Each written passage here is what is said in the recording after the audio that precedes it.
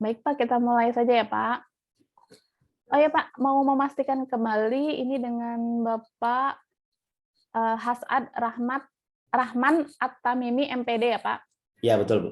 sebagai Wakil Rektor 3 Bidang Kemahasiswaan Stikes Gria Husada Sumbawa. Ya, betul. Baik, kita mulai ya Pak. Ya, silakan, Bu.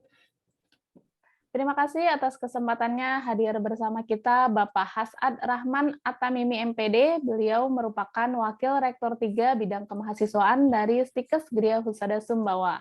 Nah, kali ini kita akan membahas mengenai pelaksanaan perkuliahan di tahun ajaran yang baru ini, di mana pandemi COVID sudah mulai mereda. Kita ingin mengetahui nih pelaksanaan kuliahnya apakah sudah 100% offline atau masih ada hybrid atau blending seperti itu. Nah, tapi sebelumnya Pak, kita mau tahu dulu nih Pak mengenai sejarah singkat dari Stikes Gria Husada Sumbawa Pak. Silahkan. Ya, Bismillahirrahmanirrahim. Assalamualaikum warahmatullahi wabarakatuh. Selamat pagi. Jadi perlu kami sampaikan untuk Stikes Gria Husada Sumbawa ini sendiri, kita mulai merintis sejak 2015 dan alhamdulillah izin operasional pertama keluar pada tahun 2016, sehingga untuk penerimaan mahasiswa baru kami pertama kali dilaksanakan pada tahun 2016 dengan 3 program studi, yaitu S1 Keperawatan, S1 Kesehatan Masyarakat, dan D3 Kebidanan. Dan alhamdulillah saat ini kami sudah melakukan reakreditasi untuk institusi dan program studi sudah dilakukan akreditasi tiga-tiganya oleh Lampetekes. Kemudian untuk reakreditasi institusi oleh Ban PT, alhamdulillah saat ini kami masih berstatus akreditasi baik untuk institusi. Dan saat ini juga kami sedang melaksanakan persiapan untuk dilakukannya reakreditasi kembali. Nah, kemudian saat ini kami memiliki mahasiswa berjumlah 483 mahasiswa yang seluruhnya berstatus aktif, dan insya Allah pada bulan September nanti akan diadakan yudisium untuk angkatan keempat atau yudisium keempat Stikes Gria Husada Sumbawa. Kemudian saat ini juga kami sedang masih membuka sampai dengan tanggal 31 Agustus nanti penerimaan mahasiswa baru untuk jenjang reguler atau tamatan SMA dan alih jenjang untuk tamatan D3 Kesehatan untuk program studi S1 Keperawatan, S1 Kesehatan Masyarakat. Seperti itu, Mbak Erna. Berarti memang pendaftaran mahasiswa barunya masih terus dibuka nih ya Pak ya, sampai akhir Agustus. Ya, betul. Masih ada kesempatan nih bagi calon mahasiswa yang ingin mendaftar ya Pak ya? Ya, betul. Masih kami buka kesempatan untuk mahasiswa yang masih mendaftar. Ini kita buka gelombang ketiga, karena gelombang 1 dan 2 alhamdulillah kami sudah umumkan pada minggu lalu dengan jumlah peserta 137 mahasiswa. Baik Pak, target mahasiswa tahun ini berapa Pak? Sampai gelombang terakhir. Ya, target kita mahasiswa tahun ini sejumlah 180 untuk 3 program studi. Masing-masing kita targetkan 60 mahasiswa dengan masing-masing 2 rombel atau rombongan belajar. Berarti masih ada kuota ya Pak ya, berarti ya bagi calon mahasiswa yang ingin mendaftar gitu ya? Ya, betul, masih ada kuota. Kita juga untuk gelombang 3 ini menyediakan beasiswa untuk calon mahasiswa baru berupa beasiswa yayasan dalam bentuk pembebasan DPP atau biaya pembangunan sejumlah 5.500.000 itu kita bebaskan untuk calon mahasiswa baru gelombang 3. Wah nih bagi calon mahasiswa baru nih masih ada kesempatan untuk mendapatkan beasiswa, mungkin bisa diambil kesempatan ini ya Pak ya? Ya, betul. Nah Pak, terkait dengan proses perkuliahan nih Pak di tahun ajaran baru nih, kira-kira bagaimana di Stikes Gria Husada ini akan menerapkan full 100% offline atau masih ada mix gitu Pak? Ya, kalau untuk perkuliahan sesuai dengan peraturan menteri yang terbaru, kita menerapkan perkuliahan offline, seluruhnya perkuliahan offline. Namun beberapa hal itu masih kita adakan secara online, itu terkait dengan beberapa mata kuliah yang sifatnya pelaksanaannya itu SKS-nya kecil, seperti misal ada kegiatan perkuliahan tamu itu kita masih lakukan secara online. Tetapi secara umum seluruhnya kita laksanakan secara offline atau tatap muka.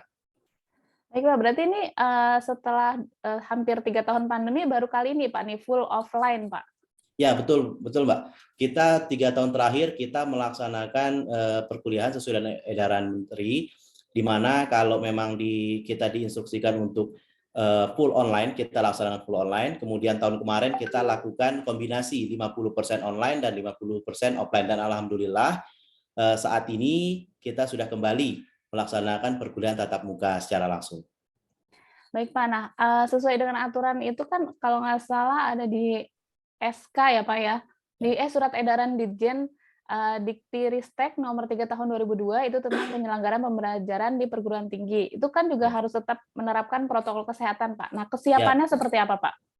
jadi kita untuk mahasiswa sebelum dimulainya pembelajaran, karena kan pembelajaran nanti mulai bulan September. Pembelajaran mahasiswa baru bulan September di kami itu tanggal 5 September.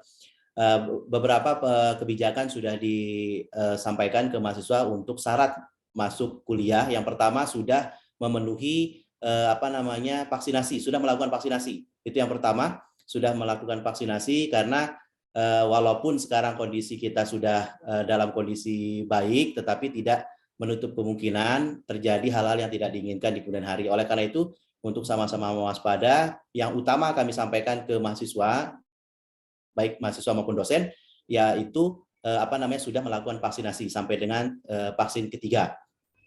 Selain itu juga kami di kampus 2 minggu lalu kami memfasilitasi baik dosen, masyarakat maupun mahasiswa yang belum vaksin, kita melakukan kegiatan vaksinasi di kampus. Itu kita kerjasama dengan dengan Puskesmas yang di mana itu dikontrol oleh Badan Intelijen Negara secara langsung. Kami fasilitasi kegiatan vaksinasi di kampus.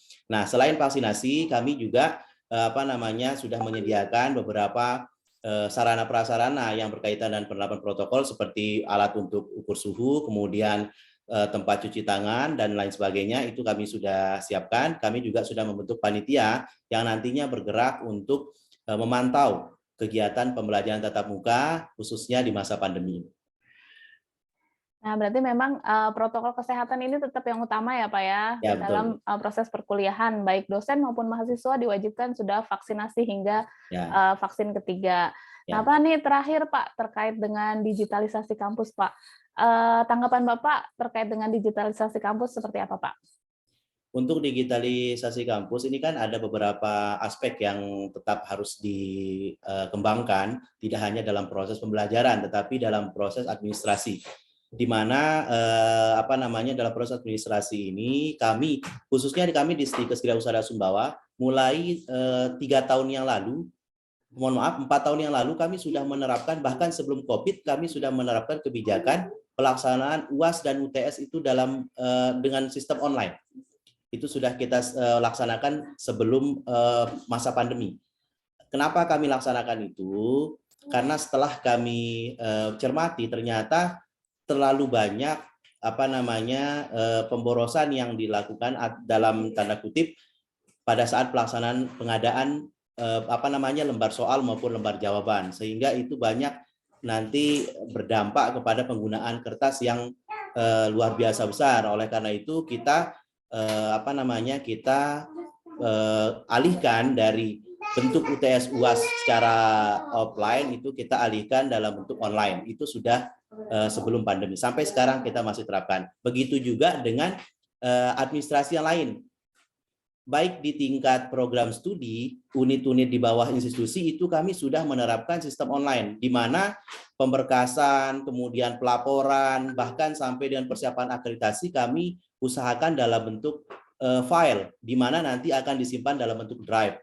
Sehingga tidak hanya memudahkan dalam proses cross-check, tetapi juga dalam penyimpanan kami rasa ini akan lebih aman dibanding kita dalam bentuk berkas secara fisik, di mana nanti misalkan kami di sini di Sumbawa ini kebetulan posisi kampus kami ini beberapa kali terjadi cuaca ekstrim, bahkan sampai beberapa kali merobohkan atap gedung dan sebagainya. Itu yang mengakibatkan berkas-berkas yang sifatnya fisik ini ada yang rusak dan lain sebagainya. Sehingga dengan peralihan sistem penyimpanan berkas ini kami sebut dengan bank administrasi, itu bisa lebih mempermudah dan juga membuat berkas-berkas yang ada di kampus kami itu bisa lebih tersimpan dengan baik.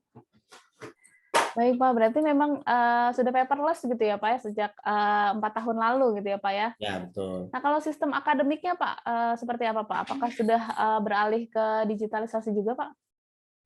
Kalau untuk sistem akademik kami belum sepenuhnya, tetapi masih baru tahap untuk present mahasiswa itu kami sudah terapkan sistem online, sehingga mengurangi penggunaan kertas untuk absensi dan lain sebagainya. Itu untuk mahasiswa dan dosen kami sudah terapkan, tetapi untuk untuk perkuliahan kami masih secara umum masih mengikuti aturan dari pemerintah. Baik Pak, nah ke depan berarti apa lagi nih Pak digitalisasi yang akan dilakukan oleh pihak Stikes Gria Husada Sumbawa ini Pak?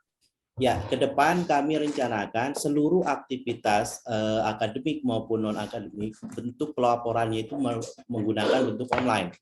Sehingga kita tidak lagi terbatas oleh ruang dan waktu. Jadi dimanapun bisa melakukan pelaporan, dimanapun bisa memberikan laporan terkait dengan kegiatan. Bahkan kita ke depan ini sedang menyiapkan sistem layanan informasi dari tingkat mahasiswa sampai dengan akademik. Sehingga baik pengurusan surat menyurat, pelaporan tidak lagi menggunakan manual, tetapi kita gunakan elektronik semuanya. Harapan kami ke depan seperti itu. Kita targetnya insya Allah sampai dengan tahun 2035. Baik Pak. Nah, semoga apa yang diharapkan bisa tercapai ya Pak, dan jumlah mahasiswa bisa tercapai juga tahun ini, serta proses perkuliahan bisa berjalan dengan lancar, karena baru setelah pandemi, baru kali ini menerapkan 100% perkuliahan secara offline gitu ya Pak ya? Ya, betul. Baik Pak, terima kasih atas waktu dan kesempatannya. Salam hangat dari Surabaya Pak. Assalamualaikum warahmatullahi wabarakatuh. Ya, saya tutup ya Pak. Baik. Assalamualaikum. Waalaikumsalam.